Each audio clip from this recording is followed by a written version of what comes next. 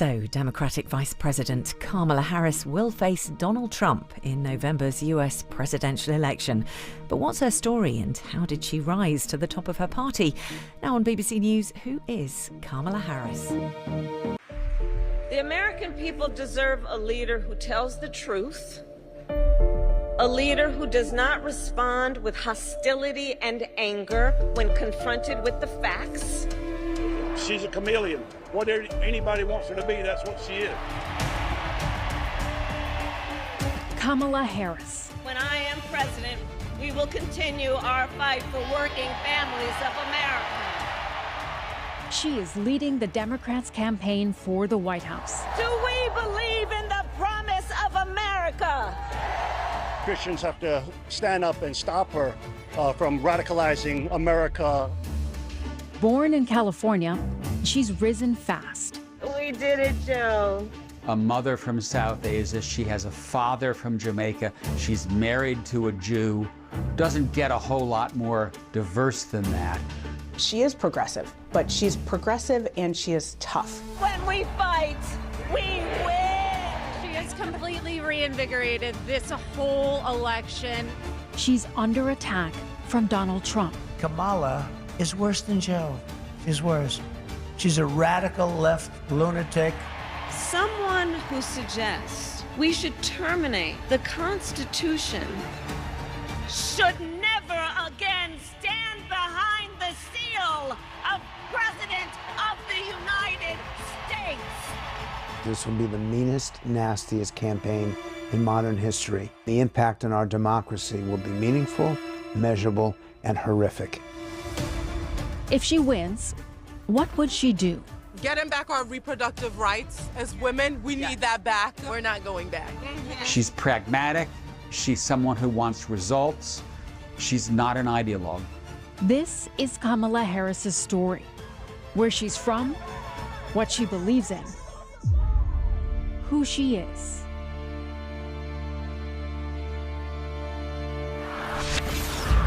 We choose freedom. Kamala Harris, U.S. Democratic Party star. I'ma keep on running 'cause the winner don't quit on themselves. The summer of 2024 saw her campaign for the White House get underway. The goal? To make her the first woman and the first woman of color to become President of the United States. It's high time we had a female head of state here in the USA. Her Republican opponent, Donald Trump, on the offensive. Ultra-liberal Kamala Harris will deliver crime, chaos, mayhem, and death to our country. I don't like her. She's a California liberal. Everybody's so excited about being here today. I mean, she's definitely reinvigorated the Democratic Party. She is the perfect candidate to run against Trump. Kamala Harris was born in Oakland, California, which is right across the bay from San Francisco. Her mother was an immigrant from India, and her father was an immigrant from Jamaica. They met at the University of California at Berkeley, and this was in the very early 1960s. Her father, Donald Harris, he was an economist. Her mother became a cancer researcher. She represents both the Indian community as well as the African American community. She's someone who speaks to that very often. She was able to maintain a lot of the customs and the culture of her Indian heritage, but also lean in on her Black heritage at the same time. It was still a conservative time in America. Berkeley still had segregated schools. White kids went to nicer schools. The kids of color went to schools in the flats where she lived. So in first grade, 5, 6 years old, she was bused as part of an integration plan to a school in the hills that had been primarily white. So she was among the first kids in Berkeley who were bused to desegregate schools. Her parents were obviously very liberal people, and they went to protests. The late 1960s and early 70s was a time of great political ferment. The United States was at war in Vietnam. There were civil rights issues. There were a lot of protests. It was a big thing. They were part of it. They weren't leaders in it, but they were certainly participants. Kamala Harris represents the diversity, the mélange, the melting pot, if you will, that the United States is becoming. It's really exciting and encouraging to see a woman and potentially have the first African-American woman be in her position. Well, she's Indian Jamaican, and so they're trying to package her as a African-American, but she doesn't have that heritage of folks who were brought here by slavery. She has a mother from South Asia, she has a father from Jamaica, she's married to a Jew. Doesn't get a whole lot more diverse than that. Her parents divorced when she was quite young, and they shared custody. And I've seen what records there are of the Harris divorce. Her parents had very little. They split a couple $100 in bank accounts. They split books, and they split record albums. They certainly didn't have money. She's a child of divorce, as most American children at this point are or will be at some point. At the age of 12, Kamala Harris moved to Montreal in Canada with her mother and sister. She went to high school there. She's doing what a high school kid does. She's having a good time.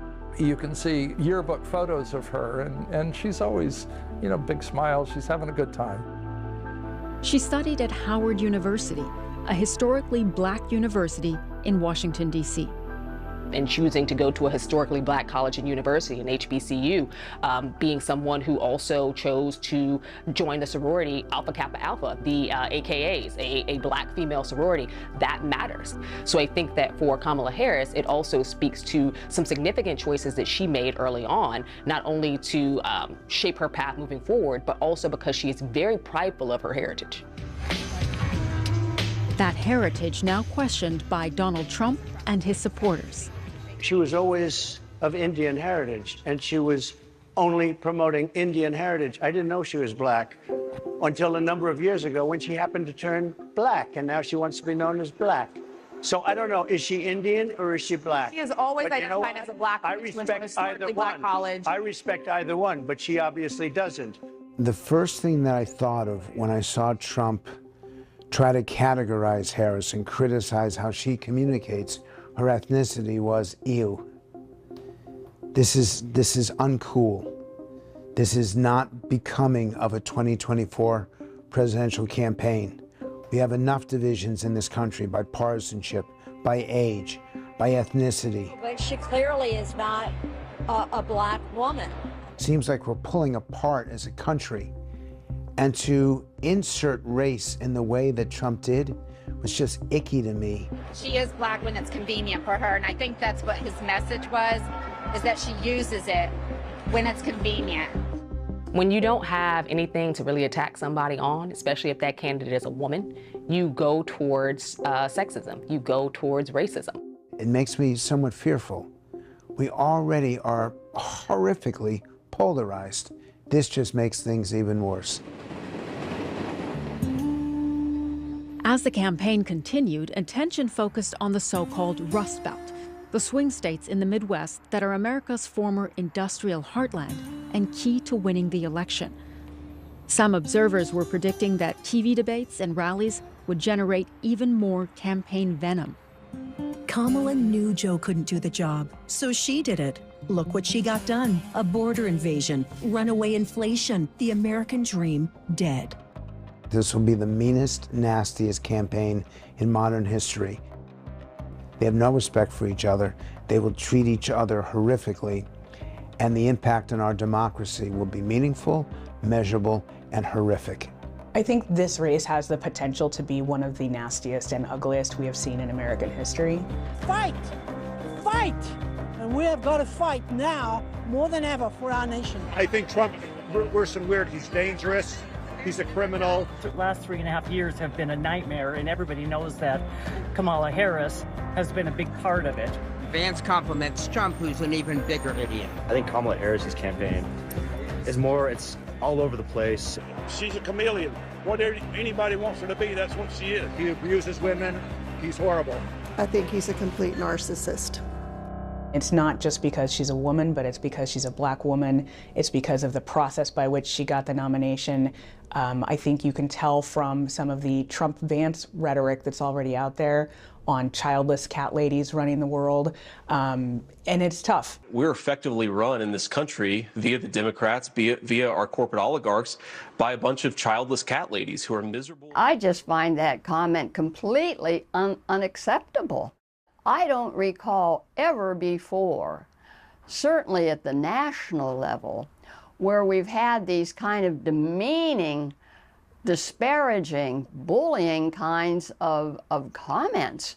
I mean, it's just outrageous. The biggest weakness that Vice President Kamala Harris will have in this race is that she is a Black woman. In America, we have a racism problem. We have a sexism problem. We have a problem with seeing women at the throngs of power. That is not something that is new to us, but unfortunately it's something that many people across this country have not gotten over. It is a myth to say that African Americans don't want law enforcement. We do. We want our grandmothers to be able to walk to church and be safe. We want our babies. In her 20s, Kamala Harris became a lawyer. She rose quickly. Prosecutor, district attorney, California Attorney General. She was a prosecutor, so she put people in prison. I was in need of somebody to head up our Family and Children Services Division. And so I approached Kamala as to whether or not she might be available. I found Kamala very easy to work with. You had violent cases where a prosecutor had to be tough, and she could do that, and she did do that. I will never make an excuse for saying this, or apology for saying this. One human being kills another human being, a woman is raped, a child is molested, there needs to be serious consequence and accountability. And I'm going to always say that. But by the same token, the thing that I liked about Kamala was that, and still do, is that she was a very kind person. She is progressive, but she's progressive and she is tough. And I think that that's something that you don't often hear together. The thing about this that is really interesting to me is that for Republicans, it takes away their tough on crime mantra. That is what they've run on. She was an actual prosecutor, someone who prosecuted crimes. And that experience became a key part of Kamala Harris's presidential pitch, reminding voters about the criminals she had helped send to jail. Predators who abused women, fraudsters who ripped off consumers, cheaters who broke the rules for their own gain. So hear me when I say, I know Donald Trump's type. Kamala Harris married Doug Emhoff in 2014. He's a lawyer and a campaigner against anti-Semitism. In the 1990s, she dated Willie Brown, the Speaker of the California Assembly. Willie Brown is a very influential person in California history. He is mentor to numerous politicians, and certainly he helped Kamala Harris in her 2003 San Francisco District Attorney election. So I should say that it's been used multiple times against her in campaigns, and voters have taken it into consideration and elected her. I've read articles that said that Kamala owes her career to Mayor Willie Brown, who incidentally is a good friend of mine as well. And I think that's laughable. Obviously, only she would be able to accomplish, being district attorney, state attorney general, U.S. senator. I mean, she is the one that accomplished those things. I'll repeat the question. Can you think of any laws that give the government the power to make decisions about the male body? I'm not thinking of any right now, Senator. I think Kamala Harris was a very tough senator. I think her questioning of Supreme Court nominee Brett Kavanaugh before he was sworn in was one of the best things I've ever seen. Is something that I think will go down as one of the greatest lines of questioning of a Supreme Court nominee in U.S. history, because he couldn't think of one. Well, Ethel, former Vice President Joe Biden, he now has enough delegates to secure the Democratic nomination. Kamala Harris was one of those Joe Biden had beaten to become the Democratic Party nominee for the White House in 2020. Her campaign fizzled quickly at the time. When she took on Joe Biden in the presidential debate in 2019, I thought this was the end of him and the beginning of her. And boy, was I wrong. It just came apart. The lack of seriousness, the lack of consistency, the lack of focus that you expect in the presidential candidate was not part of her campaign. It ain't easy, right? To go from being a district attorney, quickly a senator, she didn't have much time to learn the ropes of national politics. It happens to many. Many people enter the race. Many people don't last very long. Everybody and their mama, for lack of a better term, was running for president. I think that in a very crowded race, it's tough. But you have to ask yourself, did she really fail? Now, when she entered the race, she entered to win. She wasn't running for second place, but she ended up getting second place. She ended up becoming President Biden's vice president. We did it, Joe. You're going to be the next president of the United States.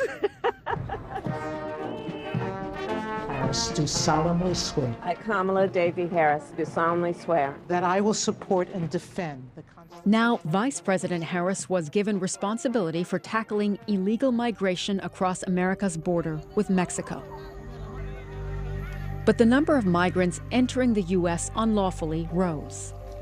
And the vice president's opponents pointed to what they saw as her weak response to questions about her approach. We've been to the border. You haven't been to the border. And I haven't been to Europe. And I mean, I don't.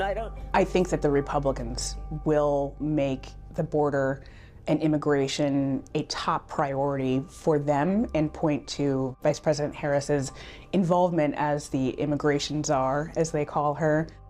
3 years she was the border czar. She let it be known, I am the border czar. Then she never went to the border. She's terrible. She's worse than he is, I'll tell you right now. She was not a successful vice president. We asked people repeatedly, name me a Harris accomplishment as vice president. And more than half the country cannot. I mean, she hasn't done anything in 4 years. Like everything she was appointed to, she hasn't done anything. Like I said, everything he says he's going to do, he does it. She's vice president for 3.5 years, and they still can't point to anything that she actually did. It wasn't just her track record that came under scrutiny. There was criticism, too, of the style of some of her media appearances. Their word for me is Mamala, and so they call me Mamala.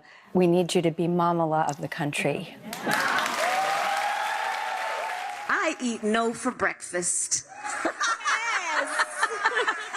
She was attacked over her mannerisms, including the way she laughed. Excuse my language. They're trying to make her into a, let's say, Margaret Thatcher. I don't think so. It's not going to happen. Margaret Thatcher didn't laugh like that, did she? Did she laugh? It's interesting to me that the Republicans criticize a laugh. It's something that I really find endearing about Kamala Harris. It's how I know that she enjoys what she does. Joe Biden was being heavily criticized for a series of stumbles and gaffes. And now I want to hand it over to the president of Ukraine, ladies and gentlemen, President Putin. President Putin. You're going to beat President Putin. President Zelensky. Then in June came this. The total initiative relative to what we're going to do with more Border Patrol and more asylum officers. President Trump? I really don't know what he said at the end of that sentence. I don't think he knows what he said either. A presidential debate disaster. Less than a month later, the Biden campaign was over. Republicans knew that the likelihood of Biden making it through the election campaign was very low. But in the end, they weren't prepared for it. The Republicans may have been unprepared, but inside the White House, Kamala Harris was not. I think someone who is as politically skilled as Kamala Harris would have a campaign waiting in the wings no matter what. I think this campaign plan could have been put in place in 2028, or it could have been put in place in July of 2024. And I think it's smart that she had as many phone numbers ready to go as she did to call on other United States senators and other elected leaders across the country to get them to endorse her within the first 24 to 48 hours. Within a few days, endorsements came from the highest levels of the Democratic Party. We called to say Michelle and I couldn't be prouder to endorse you and to do everything we can to get you through this election and into the Oval Office. Oh my goodness. Michelle, Barack, this means so much to me. Other, less predictable endorsements came as well. They included this one from the British pop star Charlie XCX. The Harris campaign leaned in. It created a header image for the new Kamala HQX account in the style of Charlie XCX's Brat album cover. I am somewhat stunned by the speed with which the Democratic Party came together behind her. It was a matter of a day and a half. And I think it speaks to the degree to which Democrats were very nervous about Joe Biden's candidacy, and the degree to which there was a consensus that the last thing that the party needs now is a food fight. It would have been better for her to have won the nomination rather than to have been anointed. And if we had democracy, there would have been a primary, and Kamala would not be just picked out of nowhere. To have to prove yourself, that kind of battle sets you up for the war, which you know you're going to have from Donald Trump. In politics, trial by fire makes a stronger candidate, a better candidate. Stronger and better or not, what are the issues that a Harris administration would need to address? Getting back our reproductive rights as women, we need that back. We're not going back. In 2022, there were widespread protests against a decision by the U.S. Supreme Court to overturn the landmark Roe v. Wade legal ruling on abortion. Roe v. Wade had guaranteed women the right to an abortion up to about 24 weeks. Kamala supports women and our right to choose for our bodies. And that matters more than anyone could ever imagine. People all have their rights to their own decisions, their bodies, their choices, women's rights. Definitely crucial, definitely something that I look for as a woman who has a daughter. She's been the most vocal proponent of women's reproductive rights and women's access to not only abortion care, but also things like in vitro fertilization for women who are working to become moms. She's incredibly focused on issues that are impacting certainly Black women, but women generally in the United States. Donald Trump said he wants to punish women.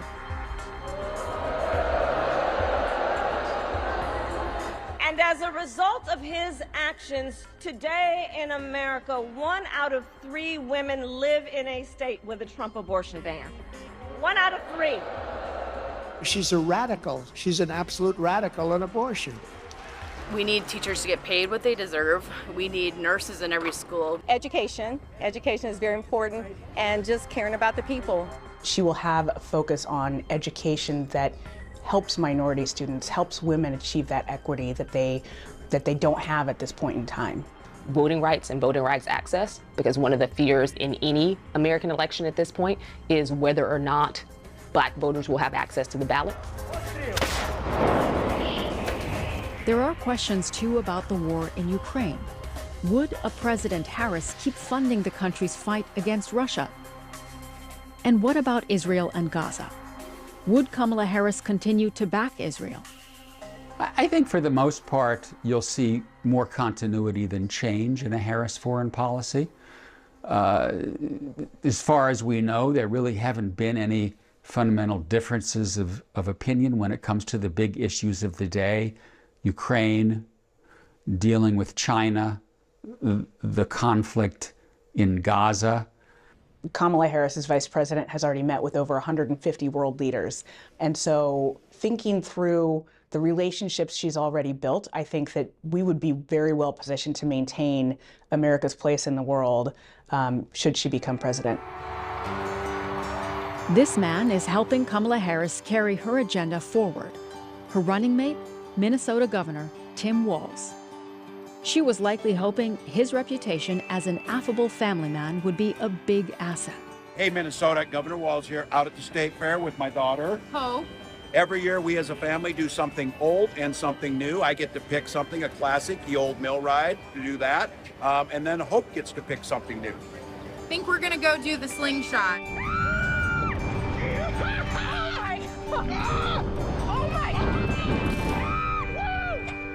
I think it's good to have like a more moderate candidate to be by her side.